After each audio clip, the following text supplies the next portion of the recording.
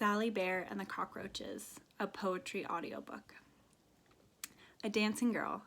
Sometimes the world stops, too suddenly. Lurching her forward, she stumbles, but just for a moment before catching her footing, never realizing the tiny metal splinters that enter her body when she stumbled to catch her fall. A man who was larger than life. "I'm not afraid of dying," the old man told her. He rubbed the weariness from his eyes.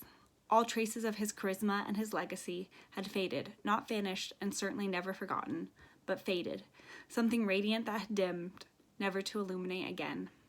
"I think I'm ready," he murmured, looking over at the sleeping figure of his wife. He squeezed her hand and closed his eyes. Sweet death. Death came to visit me last night, not to take me, just to talk. She's different than I imagined, plump and vibrant, with lines of laughter and smiles creasing her dark face. She has bright eyes and wears a brilliantly colored robe. She looks like a spring meadow with hundreds of flowers of every color in it. She told me, "It's okay to be scared. He will miss you. It'll be a lonely world without him. He doesn't want to leave you, but he's also ready." What is love? I want to be loved. I want to be special. I want him to go out of his way to meet my needs. I want to feel it and not to cry at night, not to feel this desperate hollow emptiness that comes with craving his attention, his thoughts. My child. A young child lies on my bed. His eyes are closed and squeezed shut tight. His body curled around his front paws intertwined. He knows naught of this world. I am his guide, the one he looks to when he is unsure. He cries out in confusion and pain when I am not near.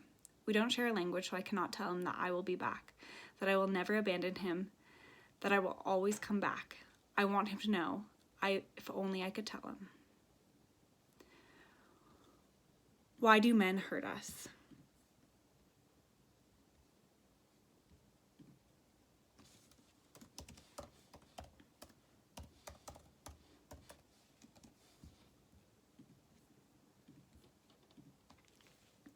I shared, I opened, I was vulnerable.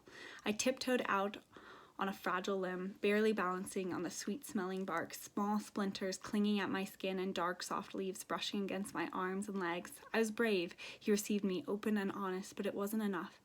He was kind, but wouldn't give me the fresh water. He will take me, hold me, kiss me, move against me, bask in my gifts, giving enough back to ensure I stay, but never letting himself become engulfed in this, never giving himself to me. It hurts. I am empty, just a small, white, naked girl running barefoot through the mud. Peanut butter and sand dunes. To dance alone on snowy sand dunes, she moves slowly, the stretch of her hand, the arc of her back, the silent power in her movements. She drags her foot, drawing circles in the cool sand. She doesn't realize that she cannot stop this solemn dance. The laws of motion. To hold the pain of the withered shell of a brilliant mind. Obituary. Though he did not believe in souls or spirits or an afterlife, the desert canyons, expanse of tundra, and the night sky will always embody him. There's an enormous fucking hole left in our world that will never again be filled, but damn, are we grateful that he was here. Dark Canyon. Picture an old Russian man with gray hair and bright eyes. He is looking out over the canyon walls. A condor flies overhead. Its shadow darkens the narrow canyon for a moment before it disappears, riding the wind currents. Daffodil. We lost a brilliant mind and a gentle character today. Death is weird that way. We prepped and we mourned. We held his hand and stroked his hair, rubbing water on his dry lips. A faded shell. To many he was quiet, but to me he was a presence like no other. Then the long-expected phone call came, and we cried and we held each other. We ate his favorite foods, told his favorite stories, looked at old photos. We hugged some more. We said we missed him. We said we couldn't believe he is gone. And then suddenly, after months of prepping, weeks of mourning, hours of crying, I couldn't quite breathe right. Couldn't quite suck in the air that I needed. My grandfather's dead, a brilliant mind, a mind who was larger than life itself. No raisins in your farmer's cheese. Pumpkin, chocolate ice cream, his heart was tired. Clones, rough fabric, soft blankets, puffy face, TV shows, siblings. Leaving. What people don't understand is the bond between a woman and her dog. After a year of being together nonstop, of sharing the bed, the food, the love. But when she has to leave him, just for a moment in that time, those 4 months feel like a lifetime.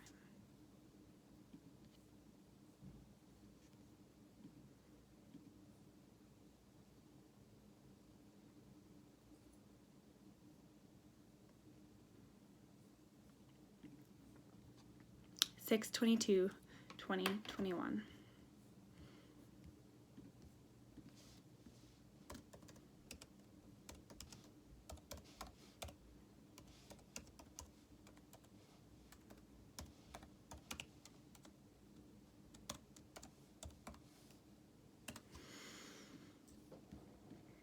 My grandpa told me before he died that he wanted to kayak the coast of Siberia. He told me that if one were to kayak the coast of Siberia, they would see brown bears, wolves, coyotes, and pumas roaming the shore. They would see orcas and humpbacks feasting in the shallows. He once even joked that maybe he would take a boat out there to die, surrounded by rugged wilderness and epic solitude. Today, almost 2 months since he died, I'm boating along the Alaskan coast. I woke up to a brown bear and her cub feasting on the grassy edge of the forest. Then I heard Tyler calling my name. When I got back, she pointed out a solitary male orca. It breached and blew. We loaded the boat to head to Appleton, and we rounded the bend. We saw him again. The lone orca jumped twice, twisting his black and white body in the air before crashing back into the ocean. A little while later, we saw a pod. The killer whales making their way down Peril Strait, 5 or 6 of them diving in and out of the channel, 2 orca pups playfully tagging alongside their mother. He would scoff at this, but maybe Ted did come to life today. Humpbacks, orcas, and cacti.